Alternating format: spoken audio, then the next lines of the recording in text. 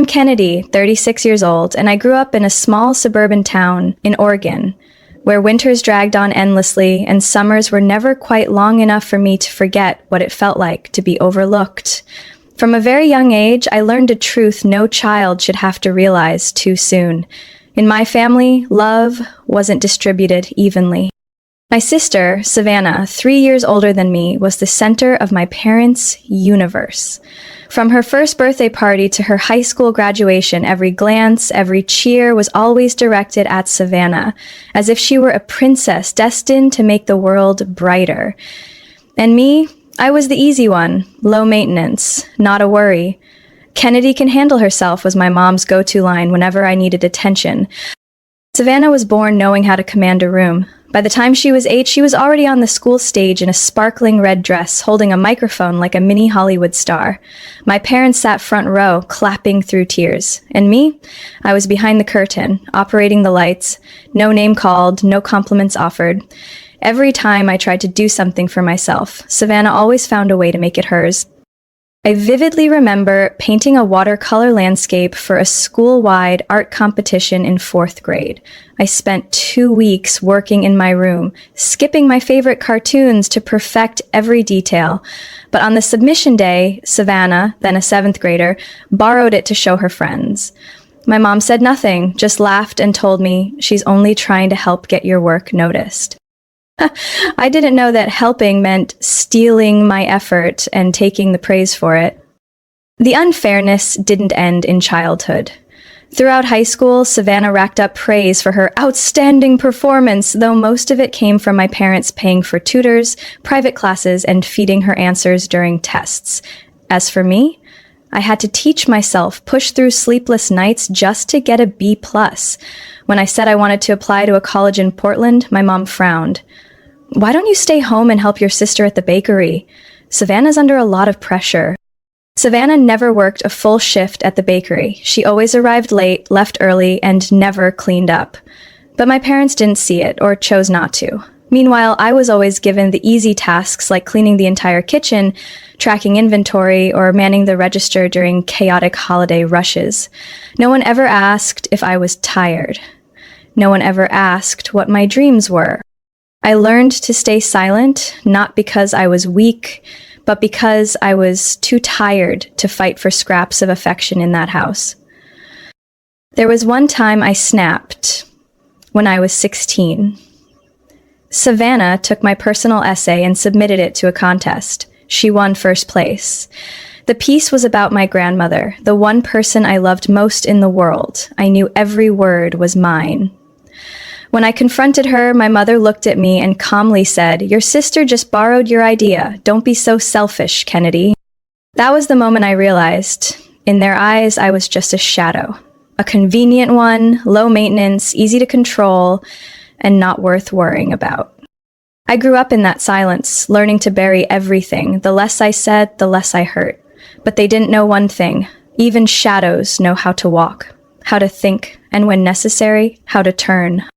I kept quiet for 20 years. But everything started to change the day Savannah stood in the middle of a family party and said something no one expected.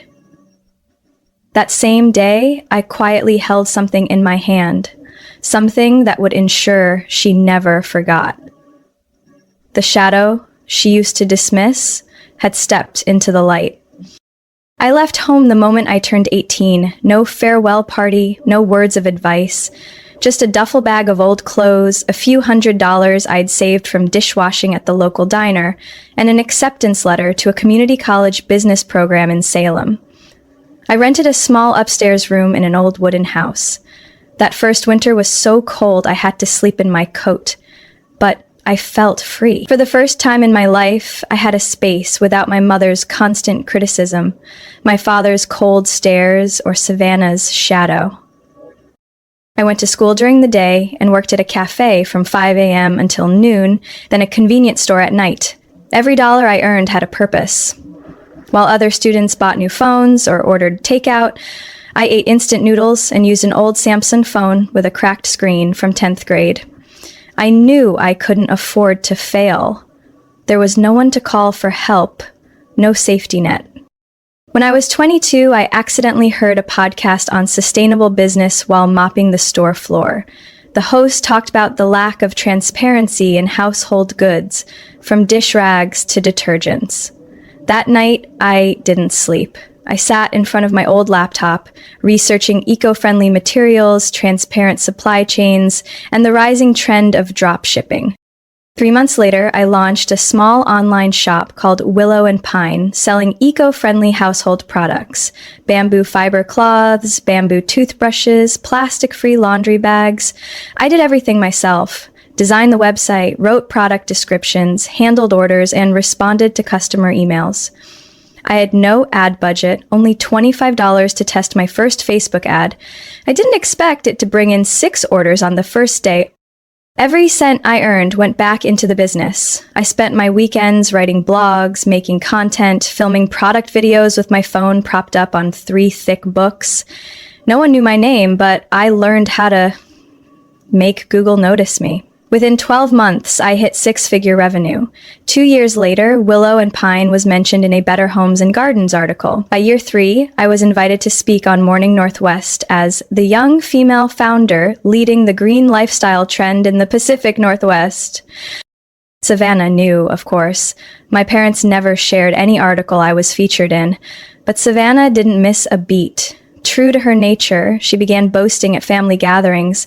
"My little sister is doing some cute stuff online, kind of adorable." When I signed a retail deal with an eco chain in Colorado, Savannah posted a photo from her kitchen suggesting a DIY dish soap recipe on Instagram with a caption, "Best creativity runs in the family." Each time, I reminded myself not to fall into that old cycle of comparison. But it was hard, especially when she lived as though I were just an extension of her life, not an independent person who had clawed her way to where she was. Savannah hadn't held a steady job in over a decade. She'd jumped from multi-level marketing, selling cosmetics online, real estate assistant, to meditative detox yoga instructor, changing careers faster than I could keep up with her apps. Every time we met, she said she was about to start something huge, getting investors soon, totally going to blow up.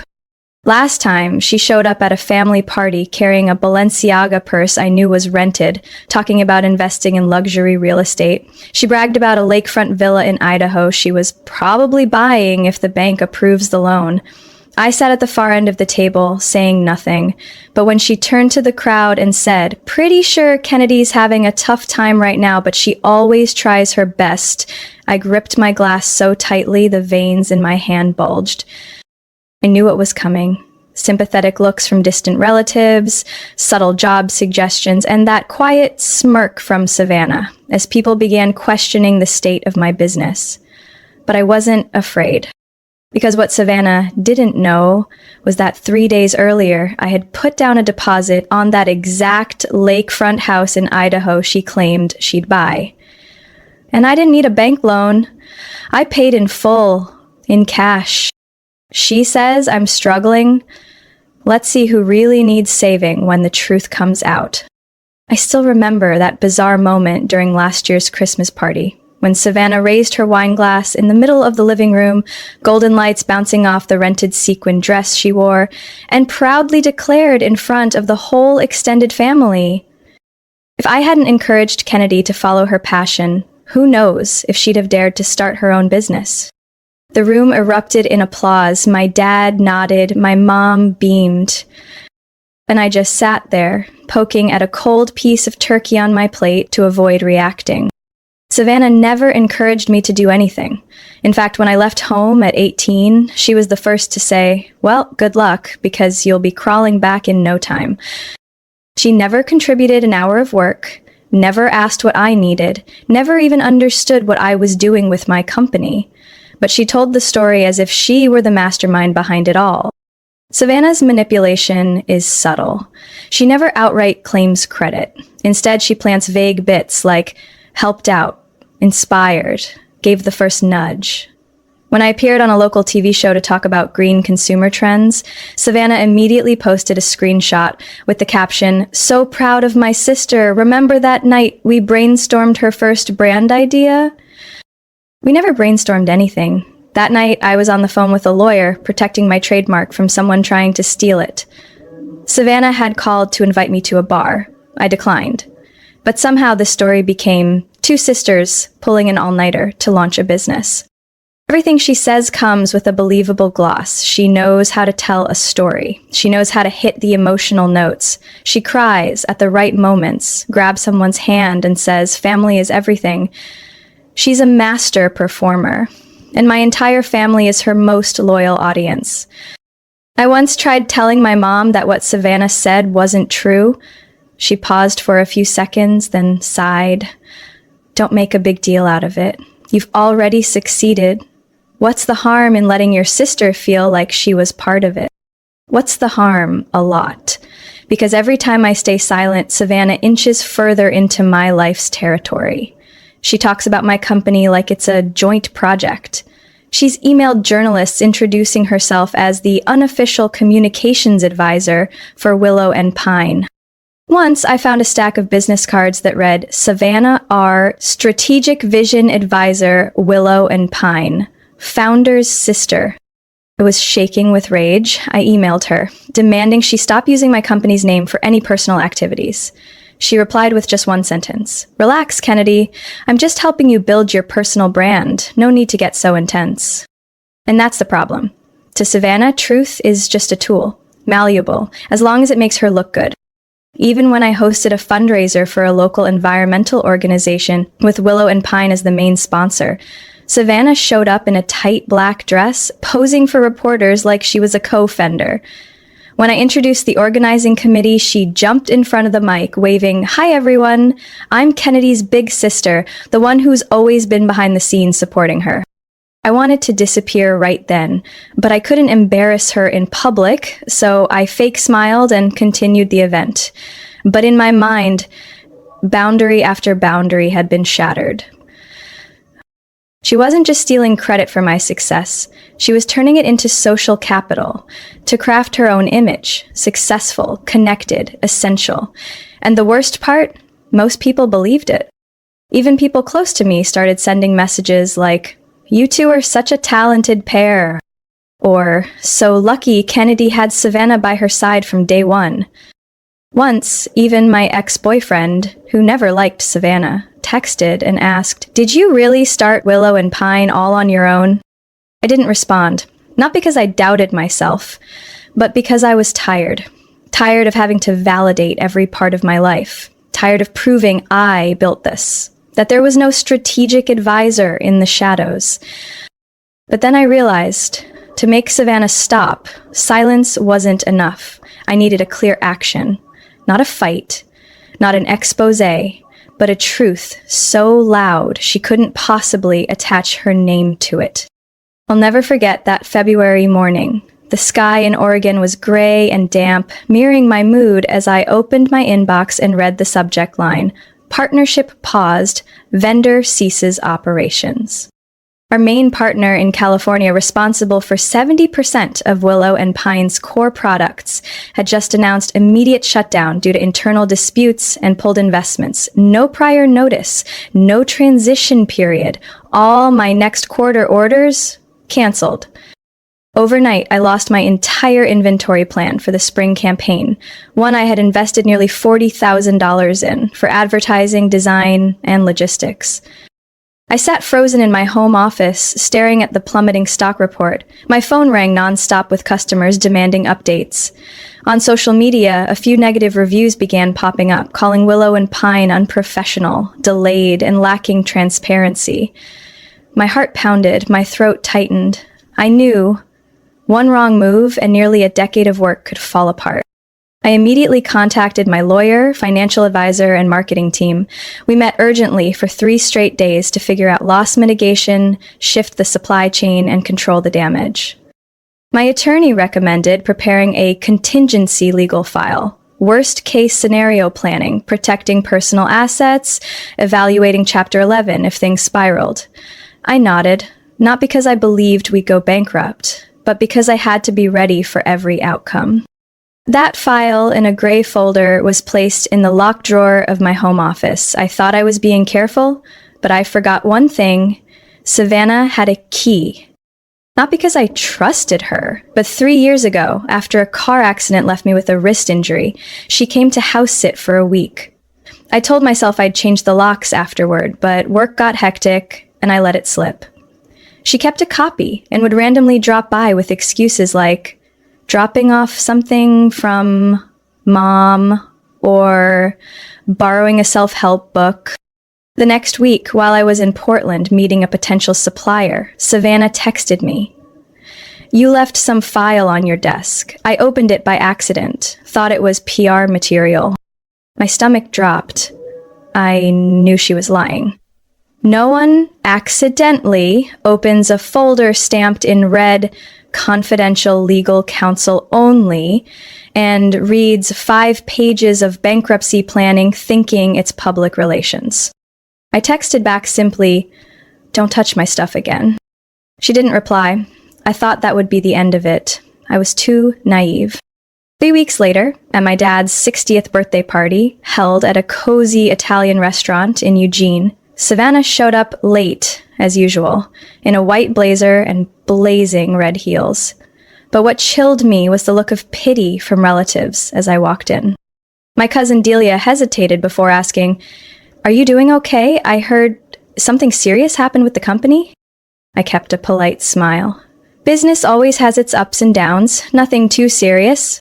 But no one looked at me like someone handling things. They looked at me like a victim. Or a failure. In denial. While we were cutting the birthday cake, Savannah raised her glass and said, "We're so lucky to have family together. Even if someone among us is going through tough times, like Kennedy, there are always open arms. I just want you to know, you can move in with me anytime." The air turned heavy. My parents glanced at me. A few relatives sighed and nodded. I froze. No one at that party knew I had just signed a preliminary deal with a supplier in Montana, a more reliable and efficient partner. No one knew I had secured funding from an angel investor in Seattle, and no one knew I had paid off my short-term loan in just 26 days. But Savannah knew just enough to spin the story, just enough truth to make it believable, and she delivered it with such charm, sweetness, and public concern. Officially worried about her sister, in reality framing me as the underdog so she could shine as the savior. I didn't clap back. Not at the party. Not in the restaurant. I just looked at her, lifted my glass and smiled. A calm, steady smile that made Savannah pause for a split second. Because in my purse that evening, along with my car keys, lipstick, and wallet, was something else. Finalized purchase agreement. And the seller's address? The lakefront timber villa in Coeur d'Alene. What Savannah once called her life's dream. The home she swore she'd buy once her career took off. Our family reunion that year was held at Aunt Monica's beachside villa in Cannon Beach. She's always been generous. Every early summer, she invites the whole extended family for a long weekend. This year was record-breaking. Over 40 people came from all over the state, bringing barbecue, snacks, folding chairs, and a flood of aimless small talk. I arrived a little late because I had a Zoom call that morning with our partner in Montana. As soon as I parked, I noticed a few relatives glancing at me, quick looks that felt like assessments. Their eyes didn't hold the usual warmth. It felt more like pity.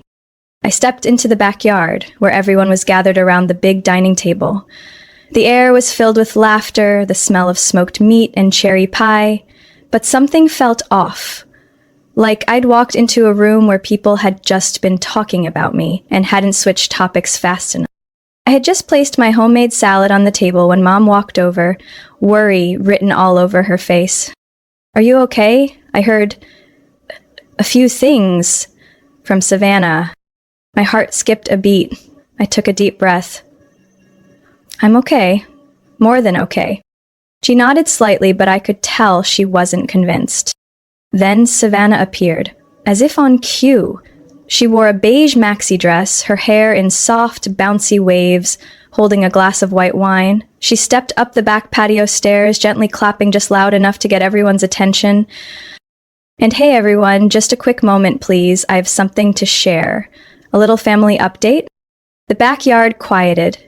Aunt Monica turned off the music. Uncle Victor set his beer down. I froze in place, a chill running down my spine. "You all know," Savannah began, her tone light like she was sharing a celebrity gossip. "Kennedy is a true fighter. She's worked so hard to build Willow and Pine. I'm so proud of her, but with that pressure, she's recently faced some serious financial trouble." Whispers spread like waves. I saw Aunt Beth lean over and whisper to her husband. A younger cousin furrowed their brows at me. Savannah continued like she had rehearsed every word. "No one wants to admit they're struggling, especially someone as independent as Kennedy, but I think we're family, and families shouldn't keep important things from each other. She's working with an attorney to prepare for bankruptcy. I only found out because I accidentally saw part of the paperwork and I verified it." A freezing silence fell over the summer air. I could hear little Ruby drop her spoon on the floor. "Even though Kennedy didn't want anyone to know," she continued, her voice fake trembling, "I just couldn't stay quiet. I offered to let her move in with me for a while to help cut costs. And I've reached out to a few industry friends to help her find a job, something with less pressure, more stability." Her voice was sugar-coated, but every word landed like a dagger in my back. My throat tightened and my hands gripped the plate so hard my knuckles turned white. A slow-burning fury rose inside me, not because she was completely wrong. I did have a contingency file, but because she turned it into an emotional performance, casting me as the tragic lead in her carefully crafted pity story. To the entire family, I'd been labeled the failed little sister in need of rescue, with a kind-hearted big sister stepping in. She even turned to me with that loving look. "Kennedy, I know you don't like asking for help, but there's nothing to be ashamed of. We're family." I couldn't believe it, not because she was humiliating me, but because for the first time I realized Savannah didn't just want credit for my success. She wanted to own my failure too, and turn it into part of her victory. I took a deep breath. There was no anger left in me now, just a cold, clear certainty. I stepped forward, gently touched Savannah's shoulder, and smiled. "Thank you for sharing." The backyard exhaled like they had just finished watching the climax of a movie. The morning after the family reunion, I woke up earlier than usual. The sky was foggy, and the ocean at Cannon Beach was still blurred behind a veil of white mist. I made myself a cup of coffee and sat on the second-floor balcony of the Airbnb I had booked. Privately, not at the family's lodging like everyone assumed. Last night's performance still lingered in my mind like an oil stain, but today would be different. I checked the folder in my bag. Signed and notarized purchase contract, proof of wire transfer from the account of Willow and Pine Capital Holdings, LLC, and finally, the key handover agreement signed by the seller. I didn't need to say a word at the reunion, because my response had already been arranged. Quiet, final, and irreversible. At 10:30 a.m., I sent Savannah a message. "Meet me at 1 o'clock at 1749 Echo Pine Lane. Don't be late." She replied in less than a minute. "What is that place? What's going on? Are you okay?" I just texted back, "Just come." I knew she would show up. Echo Pine Lane wasn't unfamiliar to Savannah. It was the lakeside neighborhood where her dream cabin sat. The one she'd mentioned at every reunion, birthday party, even when tipsy. She once told my mom, if I ever owned that place, I wouldn't need anything else in life. A week ago, the house came back on the market after the previous owners filed for divorce. Savannah knew it was her who reposted the listing link to her Instagram story with the caption, "Why is life so cruel?" What she didn't know was that while she was lamenting, I was sitting across from the realtor by the lake, writing the deposit check. At 12:45, I arrived at Echo Pine, the two-story cabin tilted along the slope facing the vast lake, surrounded by pine trees and crisp air tinged with the scent of fresh timber. I had brought a fresh pot of coffee, 2 ceramic mugs, and sat on the wooden bench on the porch, waiting. At 1:10 p.m., Savannah's familiar red Mercedes pulled up to the gravel roadside. She stepped out wearing sunglasses, a knee-length coat, and a Prada purse tucked under her arm, like she was arriving at an open house. She looked around, clearly startled. "Kennedy?" This is who gave you this address? I pointed at the coffee mug beside me. Sit down, I have something to tell you. She hesitated, took off her sunglasses, then sat down, right in the spot where 3 years ago she once posed for a photo with the caption, "Someday, this view will be mine." I took a sip of coffee and said slowly, "You know, I heard everything you said last night, every word." Savannah gave a tight smile. "I was just trying to help. You know I worry about you." I looked her straight in the eye. "I'm not bankrupt, never was." Her expression shifted in an instant, a flicker of doubt, then a pause like she'd just stepped off a ledge. "But I saw documents in your file. Contingency file, legal backup, never filed." Silence. For the first time in years, Savannah didn't know how to respond. I stood up, pulled a set of keys from my pocket, and placed them on the wooden table between our mugs. "Do you remember your dream of owning a lake house?" She blinked. "What have you been saying for 3 years about this place? That one day you'd host your wedding here? That this is where your soul belongs?" Savannah slowly looked around as if trying to confirm every detail again. She whispered, "Don't tell me." I nodded. "This house is mine, Savannah. I signed the papers yesterday morning. Your name isn't on a single page. No loans, no mortgage." Her mouth opened as if to protest, but no sound came out. I continued, my voice calm. "I didn't tell anyone. Not because I was scared, but because I wanted to see if you'd stop. You didn't. You made up a pity play in front of the whole family, just to cast yourself as the hero." Savannah looked down. For the first time, her face didn't show confidence or performative charm. It showed real confusion. I poured more coffee into her cup, then stood up. "Stay here. Take a good look. This is the price of writing your own script and assuming everyone else will forever play a supporting role." And then I stepped inside, leaving my sister on the porch of the very dream house she had once claimed, unsure of what she was feeling. But for me, for the first time, justice smelled like pine wood and dark roast coffee. I sat on the living room windowsill, sunlight filtering through the sheer curtains, casting warm streaks across the wooden floor. Outside, the lake was still as glass, reflecting the towering pines and savanna.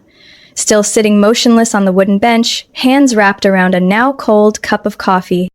17 minutes passed, not a word, not a single movement from her, except for the way she clutched her purse strap like it was the last thread of pride she had left. Finally, she stood and walked into the house, no longer with the proud stride she always carried. No heels clicking, no door slamming, just a faint sigh. Savannah sat in the chair across from me. She didn't look at me. "Do you hate me that much?" As I tilted my head, "It's not hate. I'm tired." She let out a dry laugh. "Yeah, you probably are. Tired of carrying your own success, tired of fighting back against the sister who always hijacked it." I stayed quiet, let her speak. For the first time, Savannah wore no mask. "I'm not as rich as people think. My credit card's been frozen 3 times in 2 months. That Mercedes outside? Month-to-month rental. The Prada bag? A fake second hand I brought just to not look behind the curve." I paused. I'd suspected, but hearing it from Savannah herself still caught me off guard. "My apartment," she continued, "is 3 months behind on rent. The landlord threatening legal action. That interior design studio job? Trial period ended. I didn't tell Mom. She'd lose it, and Dad, the moment he hears another job loss, he just goes silent. Like I'm the family stain." Savannah covered her face with one hand, her voice cracked. "And you? Always composed, always with a plan, always the one everyone trusts. Where do I fit in that picture? A 39-year-old big sister dressed sharp but can't afford gas?" I didn't feel victorious. I felt sad. "You don't have to compete with me." "I know." Her voice broke dry and raw. "But I don't know any other way to be noticed. You're too good. Standing next to you makes me feel pathetic. So I retell the story in a way where I don't disappear." I poured more coffee, sliding the cup toward her. "And last night's performance?" She lowered her head and nodded slightly. "Awful. And I know it I leaned back against the wall, a small weight lifting. For the first time, Savannah wasn't blaming anyone. She wasn't playing victim. She was facing it.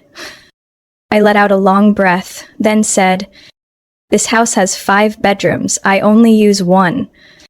Savannah looked up, stunned. "You're not throwing me out?" I grew up with a sister who always thought I was the kid stealing her toys. I don't want to repeat that cycle, but I also don't want to cut ties completely. So, I have a proposal. I listed them clearly. OM. You move in for a while to get your finances in order. Not for free, but I'll help manage the costs. 2. You tell the family the truth about the lies you told. 3. No more using my name, my company, or any of my accomplishments as social currency. Savannah swallowed hard, nodding. And you? You really want to help me? Not because you're my sister, but because if we don't stop now, there won't be anything left worth calling sisters. For the first time, Savannah looked at me as an equal, not as the shadow to outshine. She reached out, hesitated for a few seconds, then placed her hand on the table. I put mine over hers and gave it a gentle squeeze. She said, "Deal," I replied. Outside, a soft breeze rippled across the lake, sending small waves across its surface. I didn't know if the future between me and Savannah would be smooth. But at least this time, we were starting from something real. No scripts, no performances, no rivalry. Like 2 women, exhausted from the roles they had tried too hard to play. 2 weeks after that conversation on the lakefront porch, Savannah and I sent out a joint message in the family group chat. This Sunday, 3 p.m. Echo Pine Lane. We hope everyone can make it. There's something important we'd like to share. No one asked questions, but I knew for sure they were buzzing behind the scenes. Everyone expected drama part 2, or at least another round of airing dirty laundry. What they didn't know was that this time, the stage wasn't set for shock. It was set for truth. That afternoon, the backyard of the lake house buzzed with chatter, just like our old family gatherings. My parents arrived first, carrying a tray of fresh-baked pastries and a pot of lavender. Aunt Monica brought out her best crystal glasses, the ones she'd stored away for years. Even Uncle Robert, the family's ever-numeral party, showed up in his old khaki jacket, warm as ever in demeanor. I arranged the chairs around the deck, prepared lemonade, wine, and a few simple appetizers. Savannah, for the first time in recent memory, wasn't late. She wore a soft teal linen dress, no flashy accessories, no red lipstick, no designer bag. Just herself, sincere, a little nervous. At exactly 3:15 p.m., she stepped up onto the porch steps. No one had to call for quiet. Everyone could sense the weight in the air. The laughter slowly faded. Savannah took a deep breath and spoke. "Thank you all for being here today. I know some of you might be thinking this is yet another announcement from me, but this time, there's no script, no spin, just an apology." No one responded right away, a few blinks. My mom placed her hand on my dad's shoulder and gave it a soft squeeze. At the Cannon Beach gathering, I stood in front of everyone and said Kennedy was going bankrupt. I didn't do that to help her. I did it because I was jealous, in crisis, drowning in my own failure, and I needed a story to make myself look kinder, more necessary. A deep sigh broke the silence. I took documents from Kennedy's house without permission. I misread them, misunderstood them, and worse, I deliberately spread that narrative to turn the situation to my advantage. I made myself the hero, when in truth, I was the one who needed saving. She looked over at me. I gave a small nod. Go on. My sister was not going bankrupt. She never was. Kennedy quietly turned things around without tears, without blame, and most importantly, she bought this house, the very one I once called my dream. When I found out, I was shocked. Not because I lost the house, but because I lost the illusion that I was always ahead of her. She paused. The yard was completely silent. Kennedy didn't expose me. She gave me time to make things right, and today I'm here to do exactly that. Savannah bowed her head deeply. I'm sorry, Kennedy, and I'm sorry to all of you for dragging everyone into a performance no one deserved to witness. My hands trembled slightly, but I stood, walked to her side, and did something I didn't think I'd be able to do so easily. I hugged her. It wasn't performative, it wasn't forced, just two people, long trapped in roles, finally learning how to connect without scripts. The whole yard let out a collective breath. My mom wiped away tears, Aunt Beth ran over and wrapped us both in a hug, and Uncle Robert just smiled softly. Finally. The rest of the evening drifted by like a lake breeze. No one mentioned bankruptcy, no one talked about titles or achievements. Instead, we baked together, told old stories, and for the first time, I didn't feel like the dependable independent child or the successful younger sister. I was just Kennedy, a part of a flawed but slowly healing family. That night, after most had gone home, Savannah stood by the railing, gazing out at the moonlit lake. "It's so quiet here." I stood next to her. "Yeah, but it's the good kind of quiet, not the kind that comes from hurt." She turned to me with a soft smile. "You know, you didn't just reclaim my dream, you helped me wake up from it." I didn't say anything, just gently squeezed her shoulder. That lake house, once a symbol of endless rivalry, had become the place of a new beginning. Not because it was beautiful or expensive, but because for the first time ever it witnessed something no other place had. My sister and me on the same side. Not to compete, but to move forward. Together. My story with Savannah wasn't just about a house or a quiet act of revenge. It was a journey of healing between two sisters once trapped in jealousy and silence. I've learned that sometimes the strongest thing you can do isn't to win the argument, but to create space for the truth to speak.